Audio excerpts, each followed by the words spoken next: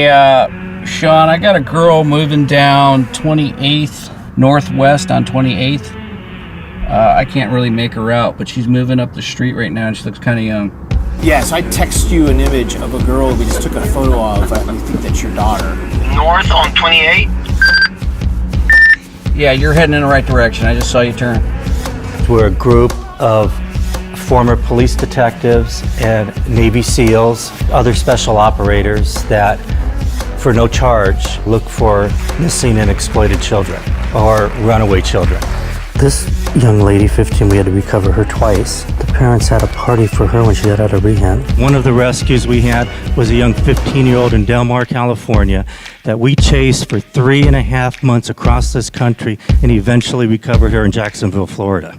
She was training to be an Olympic star. This girl we took out of a gang house in Compton where they had her sold and ready to ship the next day. They take the girls and sell them to the different other gangs all over the country. They do all of the work pro bono, and these guys work long hours, completely unpaid in addition to their day jobs, for the sole purpose of reuniting these children with families. December 2014, we had our first recovery of a child, and that was a 14-year-old girl from Oceanside, California, where I live, and she was trafficked since the age of 11. Since that date, we've had 192 successful operations and recoveries. 192 cases out of 192. So you've had 100% success rate? Correct. We got together and decided to become licensed, insured, private investigators, never take money, work for free for parents, and bring home or gather these children who are runaways and missing before the predator can get a hold of them. Saved in America acts as the eyes and the ears, and they act as long arms to help law enforcement figure out where these girls are and bring them back. They saw there was a void in the system as far as the ability for local police departments and parents who have concerns for their runaway children to find them. My name's Kirby Harrell. I'm a retired Master Chief from the U.S. Navy SEAL teams. I was in the SEAL teams for almost 38 years. I was in over 60 countries chasing bad guys and watching these kind of child travesties happening all over the world. SEALs, special operators, former law enforcement.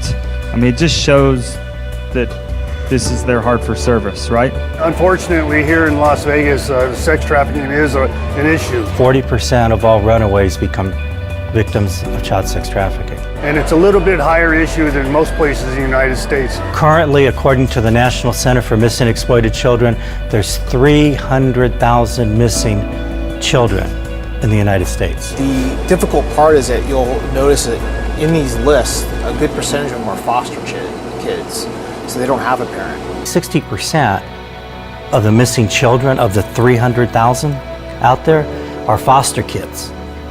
So they don't have any parents. And it's very, very difficult, if any of you work with social workers, to get any information from them. Let's say you don't have a positive ID and then the police get there and the child has a phony ID and you don't have a parent to verify. Well, then it becomes, well, you say that's who she is and she says that's not who she is. So where do you go from there? People rely on the police department to help them with their problems, which is what we do in totality, but we also have limited resources and we have a lot of other issues we deal with besides sex trafficking. So the child ends up being arrested, not the pimp, for prostitution, but you can't be charged with prostitution if you're a minor. So they find out the child is a minor, then they have to let them go. They recently passed that law, I think it was last year, where if you're a minor and you're caught prostituting, it's not a crime. And the pimps tell the kids this, so they say, well, just don't say anything to them, and they have to let you go, which they do. And guess who's out in the front of the police station? The pimp, picking them up and taking them back. And I have 3 cases right now where I know exactly where they are, and I've packaged it up and I sent it to law enforcement. So now it's up to them to go and recover her and then try to get her help. And a social working program has no effective way to go and find their own missing children. If you could have a private organization come forward to assist you in that endeavor, we will embrace them, we will bring them on board, and we appreciate it. The ability to bring them back to their families, to give them the opportunity to live the life that a child should be entitled to live in this world is what they enable. What happens, these kids get plied up with drugs. 14-year-old girl we took out of a cartel house in San Diego under the influence of heroin. Was gang raped and beat and prostituted for a week before we got her. And she wasn't even from California. She was taken from Utah. They can sell them over and over and over and over and over and over again and not have to keep buying new commodity. They just need to give them drugs for that once or twice period of time, and that's their only investment. So if they invest $20 to $50 to $100 and get their hair done once and their nails done once, a little bit of drugs, and they make, every time they sell the girl, $100 bucks, and they sell her 6 to 8 times a day, you see the return, 7 days a week. Trafficking is a multi-billion-dollar business. Every one of these kids that is trafficked and remains trafficked on an annual basis brings these guys, these corrupt individuals, $300,000 cash money. As a father of 2 and the stepfather of 2 daughters, the fear of having your children potentially kidnapped, stolen, or lured into a life of slavery, it's just pure hell. It's the stuff of nightmares. So we've been in communications with the mother, and we're trying to get more intel, but I think she's out traveling right now, so she's not in front of a computer. She's trying to use a phone. So we're trying to get as much intel as we can so that we go out and do this op and find her. 17 girls missing since January 1st in the state of Nevada and 12 in Las Vegas. Right. Currently missing. The other thing that we're trying to get her to do is fill out the actual application, which will give us even further detail and more intel about her social media and people she associated with before she left. Sarah McCrae description: height 5'1", weight 110 pounds, race Asian. Sarah McCrae facts: multiple arrests for prostitution, originally from San Jose, California. Her last arrest took place at 98 North 29th Street. Also provided the North Las Vegas Police Department information, hospital, and staging address. We'll go over there, we'll scope out the area, find some good spots. We'll do a drive-through in the apartments over here, but if it's run by gangs or gangsters, they don't know you, and they're going to start clicking as soon as we go rolling. Just keep your head on a swivel in case they come up from the front and the back.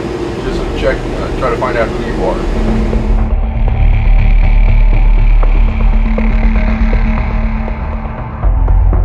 If it looks like a bad situation, I'm pulling us out. I'm not going to risk your life and my life, Hey Frank, can you see our location on the primary phone? This is what we call a parent phone.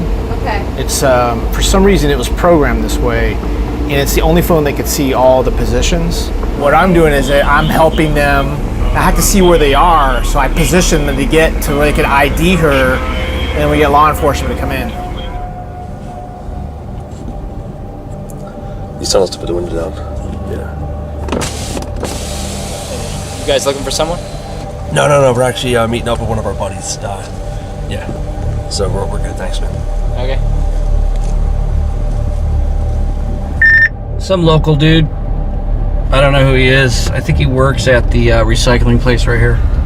So Tosh was he was confronted, so he had to move his position. Gangster. Yeah. We don't know who that guy is. He confronted us for a reason because we looked suspicious to him. So we're gonna, if the girl is gonna come around, or he is a lookout for a pimp or whatever,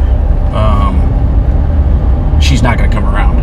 We could potentially blow the whole thing.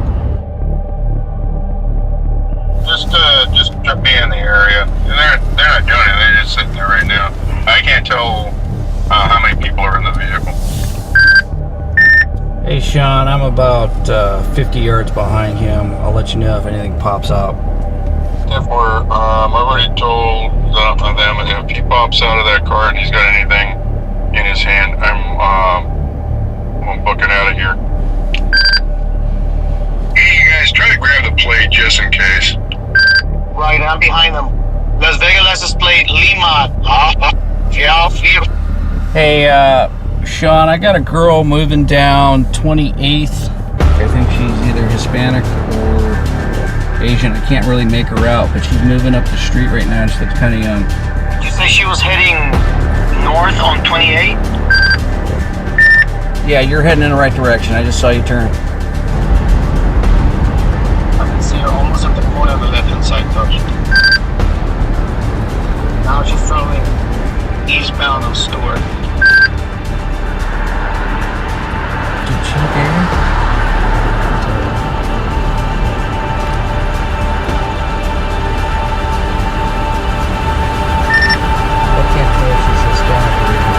Yes, I text you an image of a girl we just took a photo of. We think that's your daughter that we're out in the field seeing. Right. That's the best I can do. Where was the last place you saw her? On Stewart? Yeah, on Stewart. Eastbound on Stewart? So, yeah, coming toward Charleston. Oh, she made a right turn? No, she's coming down down the street. Okay, Yeah. on Stewart. You want to go do You want to go a back check? over there? I'll go do a check. So he's sending the picture now for confirmation? The detective didn't tell us when this picture is from. Did he? I thought he said it was just the most recent picture of her. Oh, is it? Yeah. What, weeks? I think it was sooner than that. Yeah, really? Okay. Yes, she said that her upper body is more small and petite. So that's why it didn't look like her. Yeah, That's how she described it. It's hard to tell with the hat, but she's just about the right size. She's about the right size. Hey, let me go over there, get ice on, and then have him send me get me on the radio. Let's go check it out.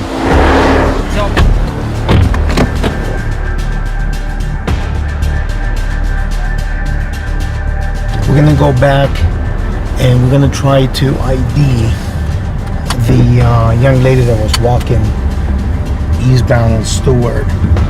But again, you know, the power of makeup and the way the girls change their hair, it's difficult. One day they look one way, tomorrow they look the other. So It's not her. Yeah. Yeah, she definitely doesn't think it's her. But her mother just like automatically knew it wasn't her. Yeah, so, moms know. Yep. We've got some good intel. We know this is where she's at, and then we come back, fight another day. You know what I mean? So. Okay, now we got a general area. Yep. Okay, and she knows she doesn't. You know, we're not burnt.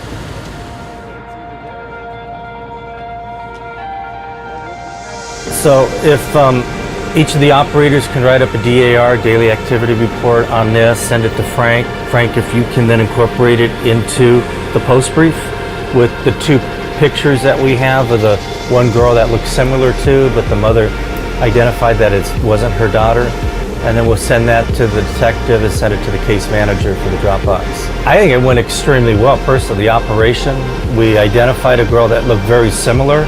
You know, when we put her pictures up and you compare her just to the photos that we had at the time, we had a very good similarity that could have been her. Absolutely.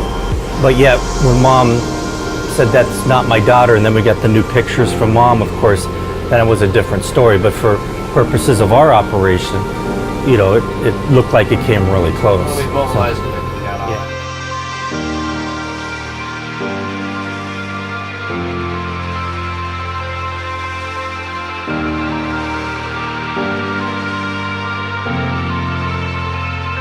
Before I was Attorney General, I mean, I knew generally that human trafficking was a problem. But until you hear the stories, you see the numbers, you work alongside people like the sheriff here in Las Vegas, and understand just how widespread the epidemic is. 1 in 7 nationwide ends up in sex trafficking, correct? That's about 14%. In my jurisdiction, it's about 43%.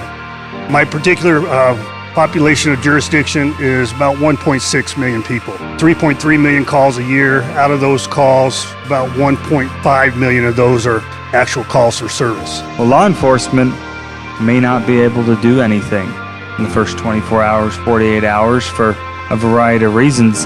They have found in stories that I've read about this organization. And this organization is able to just charge the hill in the private sector, get to work, try to track down this person. Your program is a godsend. When I did the interview for Channel 5 back here, they said, so why are you supporting this organization, Sheriff? Because it's more resources. For us to be successful, we have to have resources. Law enforcement can't do it all. Law enforcement does need partners. We do need help. We need you. And the police department will embrace you with open arms, that collaborative partnership, in order for you to be successful, to help us be successful. Thank you to this group for being willing to set up a chapter here. I certainly hope to help. I know the sheriff wants to help, and in any other way that we can help in this community, of course, the more resources we have, the more lives we can save. Thank you for your support, Joe. Thank you for bringing your hearts into this matter and assisting us. As we came in and sat down, by the way, Tosh, Navy SEAL Chief Tosh Carrington, looked around at all the tables and he said to me, he goes, Joseph, this looks like a wedding. And I said, Tosh, because it is a wedding. Saved in America in Las Vegas, Nevada. What I can tell you is my police department will embrace you with open arms and provide all the help you can to be successful. One day I got a phone call from a number I didn't recognize, and it was one of the girls in rehab that I had rescued. And she just said, I just want to say thank you to you and your team for getting me and rescuing me from where I was. And that, in and of itself, makes everything worth it.